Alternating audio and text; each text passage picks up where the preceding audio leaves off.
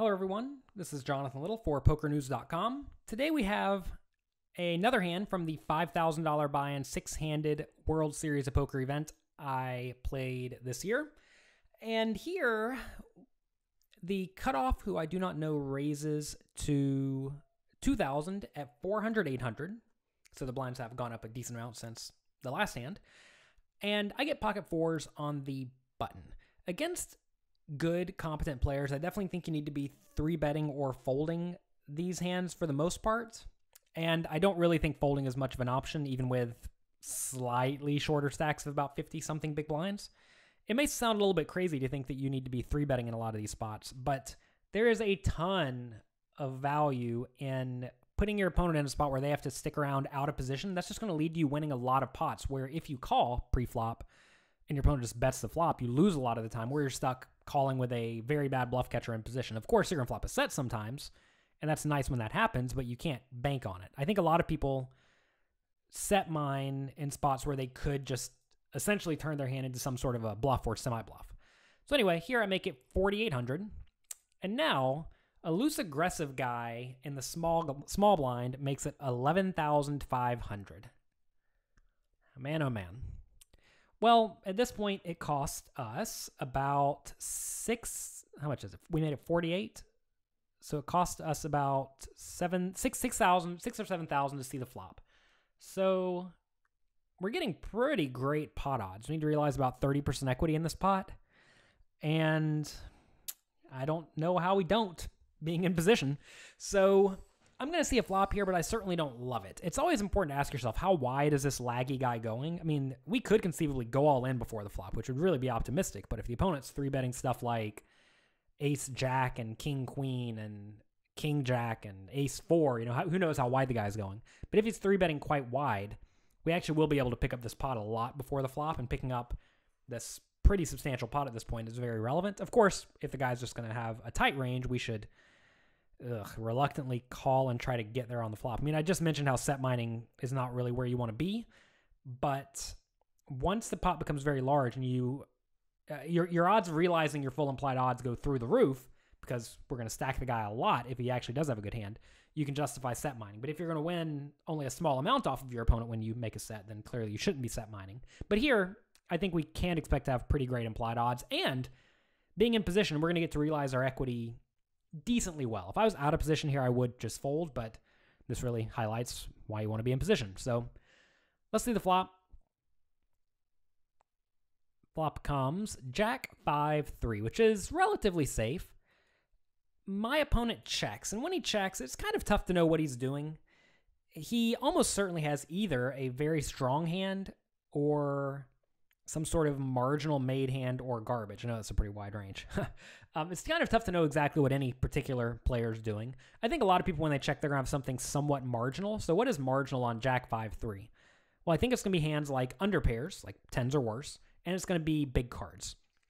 So that may make you think that these pocket fours are in a way ahead or way behind spot, which should typically lead you to checking. But I think betting small here is going to be pretty nice. If I bet small and my opponent has overcards, he's going to call or fold if he has something like 10-9, and we're just going to clean up our equity and pick up the pot, which is fantastic.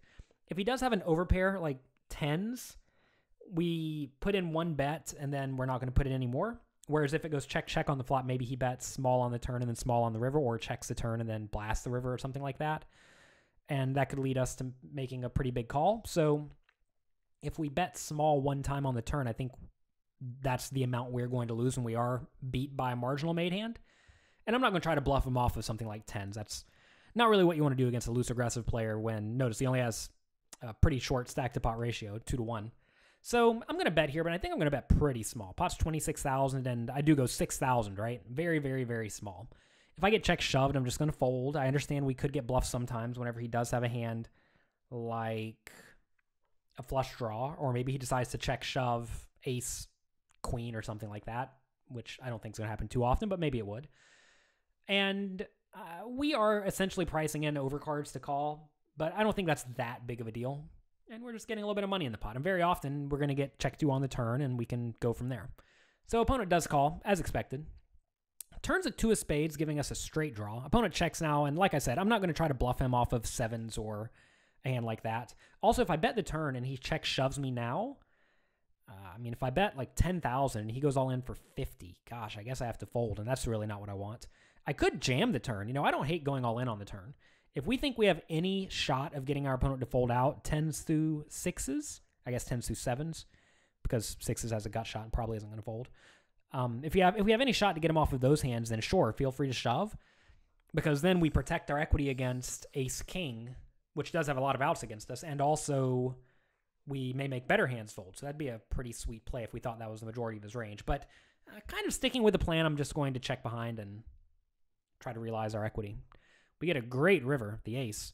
Opponent checks. Now I'm going to go all in for sure. So I understand the flush came in, but the odds that the opponent has a flush are quite low, right? I mean, you would think you'd just bet the flop with a flush draw or check shove all in with a flush draw. So I'm really not worried about that. Most likely, the opponent's going to have ace-king here, or a hand like 7s that's not going to call any bet. And there are a lot of spots like this when you find, or when you get to the river, where your opponent either has a pretty strong made hand or he has a marginal made hand or junk. And the pretty strong made hands are going to call any bet, and the marginal made hands and junk are going to call no bet. So here, I expect to be against either the underpairs, which I don't think you're going to call anything, or against an ace. And usually it's going to be ace-king. Maybe he slow played ace-jack, which I think would be reasonable. The board is pretty dry. He could also have ace-5 that played it this way. And I think all those hands are not going to fold on the river. It's kind of interesting because I really should have almost no 4s in my range. Remember, I 3-bet pre-flop and then called a 4-bet. So the only 4s I could realistically have are ace-4 suited, if I even call the 4-bet with that, which I probably wouldn't. Although maybe I would. Who knows? I get a little splashy sometimes. And then pocket 4s. So the number of 4s I should have are quite low. And whenever you have a hand that you really should not have very often, or at least a hand that you should have a very small portion of the time, you really should play it really aggressively, just because it's so easy for your opponent to hero call you in their minds. Like right here, people think, oh, he's representing a 4. The guy obviously can't have 4, so I'm calling with everything. And then that's the end of the story a lot of the time. So I do like the shove, and I think I'm going to get called probably ace-queen or better. And he does call, so we're obviously going to win. We're likely going to win. And this time he has ace-jack, so it worked out great. That's going to be it for this hand. I guess, you know what, I should talk about his play a bit. Remember going back to the plan that I outlined on the flop? Whenever I'm beat, I'm going to bet small on the flop, 6,000. That staves off my opponent making some bluff at me a lot of the time. And that's sort of the end of the hand. I put 6,000 in, and then we don't put another chip in the pot unless we get there. And this time we got there, and we ended up getting paid. That really does show the power of what we did on the flop. Because notice if I just check back the flop and the turn's at 2, now maybe he bets, and I end up losing a substantial pot, where maybe he bets the turn and I call, and we don't get there on the river sometimes, and we end up just losing, right? So here we put in 6,000. We got to realize our equity on the turn, and then we got paid fully on the river. So this worked out about as well as it could. Thank you very much for being here on PokerNews.com. If you have any questions or suggestions, let me know on Twitter @JonathanLittle. Be sure to check back next week for another fun poker hand.